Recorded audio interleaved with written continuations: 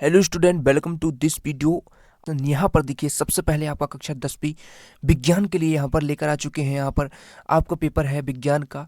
इसके लिए यहाँ पर देखिए, सबसे पहले सही विकल्प हम देखेंगे, उसके बाद रिक्त स्थान सही जोड़ी सभी प्रश्न आपके लिए यहाँ पर लेके आ चुके हैं। और यहाँ पर 2 अंकीय, 3 अंकीय और 4 अंकीय प्रश्न भी आपके एज इट इज ऐसे प्रश्न जो मैं लेकर आ चुका हूँ, जो कि आपके पेपर में एज इट इज उठकर आने वाले हैं। तो यहाँ पर देखिए, सबसे पहले सही विकल्प है रिक्त स्थान सही जोड़े। ये जो प्रश्न है आपको पूरे प्रश्न बैंक में दिए गए हैं। प्रश्न बैंक आपको मिला होगा, प्रश्न बैंक में से आपको सभी जो सही विकल्प हैं, सभी जो सही जोड़ियां हैं, सभी रिक्त स्थान और जो भी आपके एक शब्द या वाक्य में उत्तर सत्य सभी आपको पढ़ देने हैं। तो यहाँ पर आप देखेंगे सही विकल्प चुनकर लिखिए। तो इन सभी प्रश्नों के आंसर प्रश्न बैंक में ऑलरेडी दिए गए हैं, तो इनके आंसर आपको वहां से देख लेना है और पढ़ लेना है। मैं आपको सभी अध्यायों के 2, 3 और 4 अंक वाले प्रश्न बता देता हूँ, जो कि आपके एजिटेड पेपर में छपने वाले हैं। यहाँ पर देखिए, सबसे पहले आपका अध्याय नंबर 1 है। अध्याय 1 में से मैं आपको बता दूं कितना आपका पूछे जाना है। तो अध्याय 1 में से आपका देखिए, यहाँ पर ये पाठ्यक्रम है आपका पूरा। अध्याय 1 में से देखिए, इसमें से 6 अंक के प्रश्न पूछे जाएंगे। 1 अंक का वस्तुनिष्ठ, 2 अंक का एक प्रश्न और 3 अंक का एक प्रश्न होगा। तो 2 अंक वाला प्रश्न मैं आपको बता देता हूँ। और आप देखेंगे जितने भी मैंने पिछले वीडियो प्रोवाइड कराया, उनमें से आप देखेंगे सभी प्रश्न आपके दिखेगी, लगभग सभी प्रश्न आपके पूछे गए हैं मैंने जो बताया है। तो यहाँ पर भी, इसमें भी देखिए, इसमें सबसे इंपॉर्टेंट क्वेश्चन आप लगा लीजिए बिल्कुल। आने वाला प्रश्न है, श्वसन को ऊष्माक्षेपी अभिक्रिया क्यों कहते हैं? ठीक है। और ऊष्मा शोषी अभिक्रिया किसे कहते हैं, एक उदाहरण। ये तीनों प्रश्न, ठीक है, ये 3 प्रश्न आपको कर लेना है। आपका एक ना एक प्रश्न बिल्कुल छपने वाला है पेपर में एज इट इज, ठीक है। तो इनको आपको कंप्लीट कर लेना है 2 अंक वाले प्रश्नों में से। और ये वाला जो प्रश्न है, वायु में जलाने से पूर्व मैग्नीशियम लेवल को साफ क्यों किया जाता है, ये प्रश्न, ठीक है। ये 3 से 4 प्रश्न आप 2 अंक वाले में से कर लीजिए। उसके बाद लघु उत्तरीय प्रश्न में आप देखिए, यहाँ पर आपसे पूछेगा विकृत गंधिता किसे कहते हैं, खाद्य पदार्थों को इससे बचाने के लिए कौन सी प्रक्रिया अपनाई जाती है। तो ये वाला जो प्रश्न है आपको अच्छे से कंप्लीट कर लेना है। यहाँ पर आपका जो 3 अंक का प्रश्न है, ठीक है, तो इसको अच्छे से कंप्लीट कर लीजिए, ठीक है। तो इसमें से आप इसी को कंप्लीट करके जाइएगा। उसके बाद देखिए, अध्याय 2 अम्ल क्षार एवं लवण। ऑब्जेक्टिव सभी आपको पढ़ के जाना है, ऑब्जेक्टिव एक भी नहीं छोड़ना है, क्योंकि ऑब्जेक्टिव आपके ज़्यादा पूछे जाने हैं। तो आपको अच्छे से आपको कंप्लीट करना है, जिससे आपके जो मार्क्स हैं ऑब्जेक्टिव से सिक्योर हो जाएंगे। उसके बाद आप 2 नंबर वाले प्रश्न करेंगे, 3 नंबर वाले, तो उससे आपके अच्छे अंक आ जाएंगे। तो यहाँ पर देखिए, प्लास्टर ऑफ पेरिस किसे कहते हैं, इसको आर्द्रता रोधी बर्तन इससे क्यों बनाए जाते हैं, इस वाला जो प्रश्न है, ये वाला जो प्रश्न है, इसको अच्छे से आप कंप्लीट करके जाइएगा, ठीक है। तो ये वाला इस चैप्टर में से हो गया। उसके बाद देखिए, अम्ल और क्षार में अंतर भी आपको इस चैप्टर से करके जाना है, ठीक है। इसमें नहीं दिया है, फिर भी आप करके जाइएगा, ठीक है। उसके बाद आगे देखते हैं,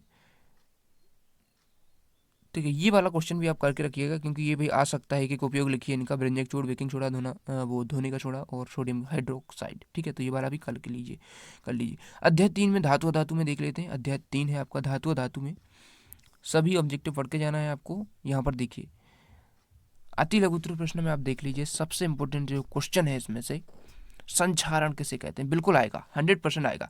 संक्षारण किसे कहते हैं, लोहे को जंग से बचाने के कोई 2 उपाय लिखिए। ये वाला जो प्रश्न है, बहुत ही अच्छी तरीके से आपको कंप्लीट कर लेना है। अच्छे से याद कर लीजिए, आपके पास अभी काफ़ी टाइम है। इतने टाइम को आपको यूटिलाइज करके सभी प्रश्नों को अच्छे से याद कर लेना है, ठीक है। तो ये वाला जो प्रश्न अच्छे से कंप्लीट कर लीजिए। और धातु अधातु में 2 अंतर, ठीक है, भौतिक गुणधर्मों के आधार पर। तो ये 2 प्रश्न अच्छे से आप कंप्लीट करके जाइए, ठीक है। इतने आप कंप्लीट कर लीजिए इसमें से। उसके बाद देखिए, अध्याय 4 है कार्बन एवं उसके यौगिक। तो इसमें से देखिए, कार्बन और इसके यौगिक में से अपर रूपता किसे कहते हैं, कार्बन के 2 अपर रूपों के नाम लिखिए। और सहसंयोजी आबंध किसे कहते हैं, सहसंयोजी के गुण लिखिए। ये 2 प्रश्न आपको इसमें से कंप्लीट करके जाना है, ठीक है। इसमें से कोई वस्तुनिष्ठ आएगा, 4 अंक का प्रश्न आएगा, तो इसमें से देखिए 4 अंक का आना है। तो ये दोनों तो करके ही जाने हैं आपको, ऊपर वाले। उसके साथ ही अपमार्जक किसे कहते हैं, इनका उपयोग शैम्पू और कपड़े धोने के उत्पाद बनाने में क्यों होता है। तो ये अपमार्जक वाला भी आपको करके जाना है, ठीक है। ये 3 प्रश्न आप करके जाइएगा, एक नहीं का जाएगा। अध्याय 5 है आपका तत्वों का वर्गीकरण। इसमें से 2 अंक का पूछा जाएगा, ठीक है, और एक ऑब्जेक्टिव आएगा। तो ऑब्जेक्टिव तो आप पढ़ ही लीजिएगा इसमें से, देखिए। तो 2 नंबर का इसमें से आने वाला है। तो इसमें देखिए, पहला ही प्रश्न आपको अच्छे से कंप्लीट, आधुनिक अवस्था सारणी में मेडली की अवस्था सारणी में व्यवस्था में क्या अंतर है, ये वाला। और न्यूलैंड के अष्टक नियम की 2 सीमाएं, ये वाला जो प्रश्न है, अच्छे से आप कंप्लीट करके जाइएगा, ठीक है। तो ये 2 प्रश्न इस चैप्टर में से कंप्लीट करके जाना है आपको। अध्याय 6 में बहुत ही कम क्वेश्चन बता रहा हूँ, क्योंकि फाइनल प्रश्न बहुत ही इंपॉर्टेंट है ये। यदि आप और ज़्यादा पढ़ रखे हैं पहले से तो उनका रिवीजन भी करके जाना, क्योंकि जितना आप ज़्यादा पढ़ेंगे उतना ही आपके लिए अच्छा रहेगा। ठीक है, तो अध्याय 6 में देख लीजिए, 4 अंक का एक आएगा और 3 अंक के वस्तुनिष्ठ आएंगे, 2 नंबर का एक प्रश्न आएगा। 2 अंक का देख लेते हैं यहाँ पर। देखिए लघु उत्तरी में 2 अंक का जो प्रश्न है इस चैप्टर में से, तो देखिए यहाँ पर, देखिए यहाँ पर इस चैप्टर में से मनुष्य के पाचन में लार की क्या भूमिका होती है, ये वाला जो प्रश्न है 100% बहुत ही इंपॉर्टेंट है ये। और ये ऐसे नहीं मैं बता रहा हूँ, ये कई बार पूछे गए हैं आपके एग्जाम में। इससे पिछले ईयर के आप पेपर उठा के देखना, उसमें देखेंगे कि बहुत सारे जो प्रश्न हैं आपके एजिटेज आए हुए हैं, ये वाले प्रश्न।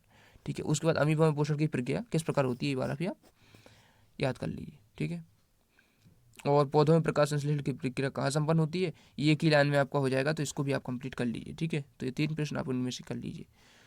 ठीक है, और इसमें से दीर्घ उत्तरी में से देख लेते हैं। दीर्घ उत्तरी में से बिल्कुल 100% जो प्रश्न आने वाला है, धमनी और सिरा में अंतर, लसिका क्या है इसका महत्व। ठीक है, और मानव उत्सर्जन तंत्र का नामांकित चित्र, इतने आप कंप्लीट कर लीजिए। इसमें से एक ना एक प्रश्न बिल्कुल मिल जाएगा आपको, क्योंकि एक ही प्रश्न आना है आपका 4 नंबर का, तो आपको अथवा में मिल जाएगा एक ना एक। तो इसलिए आपको इन तीनों को प्रश्नों को अच्छे से कंप्लीट करके जाना है। ठीक है, उसके बाद नियंत्रण एवं समन्वय में से हम देख लेते हैं। इसमें से हम देख लेते हैं कितने नंबर के आना है। तो इसमें से 3 अंकों के केवल वस्तुनिष्ठ पूछे जाएंगे, तो इसमें से आपको वस्तुनिष्ठ पूछे जाएंगे, तो और कुछ नहीं पढ़ना है 2 नंबर वाले।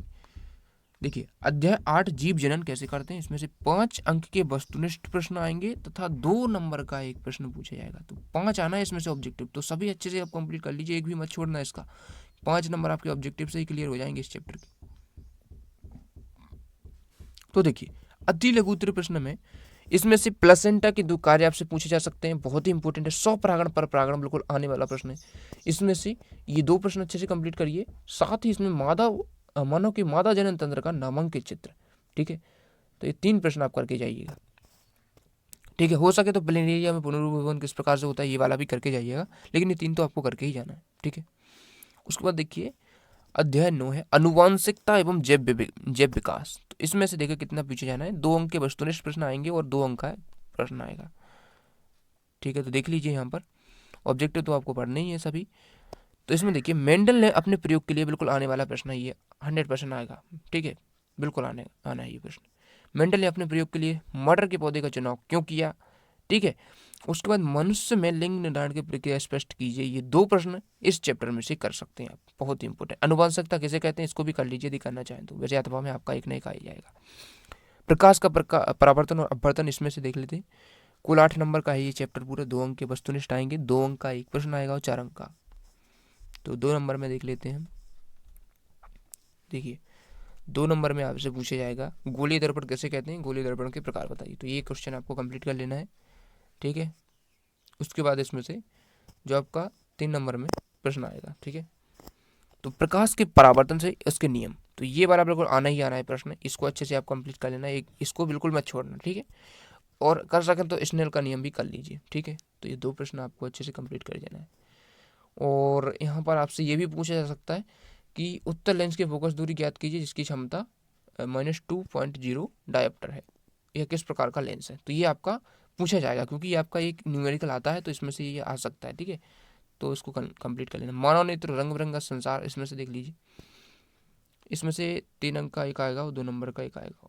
ठीक है, 2 अंक के वस्तुनिष्ठ आएंगे और 3 नंबर का एक प्रश्न आएगा, तो वो वस्तुनिष्ठ तो कर ही लेने। तो 2 नंबर का हम देख लेते हैं। देखिए तो 2 नंबर में एक देखिए, किसी अंतरिक्ष यात्री को आकाश नीले रंग का नीले की अपेक्षा काला क्यों प्रतीत होता है, ये वाला प्रश्न। तारे क्यों टिमटिमाते हैं, और सूर्योदय के समय सूर्य रक्ताम क्यों प्रतीत होता है। ये 3 प्रश्न बिल्कुल आपको कंप्लीट करके जाना है। ठीक है, बिल्कुल नहीं छोड़ना है ये 3 प्रश्न, एक ना एक आपको मिल जाएगा। और साथ ही निकट दृष्टि दोष, दूर दृष्टि दोष, ये प्रश्न आपको कंप्लीट करना है इस चैप्टर में से, बहुत इंपॉर्टेंट है। विद्युत में से देख लेते हैं। विद्युत में से आपका 2 अंक के वस्तुनिष्ठ आएंगे और यहाँ पर आपका लघु उत्तरीय प्रश्न देख लेते हैं। तो यहाँ पर देखिए विद्युत धारा की मात्रा की परिभाषा और विद्युत परिपथ का अर्थ क्या है, ये वाला। ठीक है, उसके बाद यहाँ पर इनको आप कंप्लीट करके जाइएगा। ठीक है, बाकी तो इसमें काफ़ी ज़्यादा दिए गए हैं, फिर भी आप इसमें श्रेणी क्रम संयोजन वाला कर सकते हैं। ठीक है, तो इस प्रकार से 3 प्रश्न कर लीजिए। उसके बाद न्यूमेरिकल भी हैं, तो यदि आप कर सकते हैं न्यूमेरिकल भी कर लीजिए, अथवा में आपसे पूछ लिए जाते हैं। तो अध्याय 13 में विद्युत धारा के चुंबकीय प्रभाव में से तो देख लीजिए, इसमें से हम देखते हैं।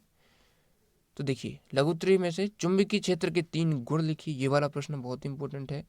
और चुंबकीय क्षेत्र के पास ले जाना चुंबकीय से विक्षेपित क्यों हो जाती है, ये 2 प्रश्न अच्छे से कंप्लीट कर लीजिए, ठीक है।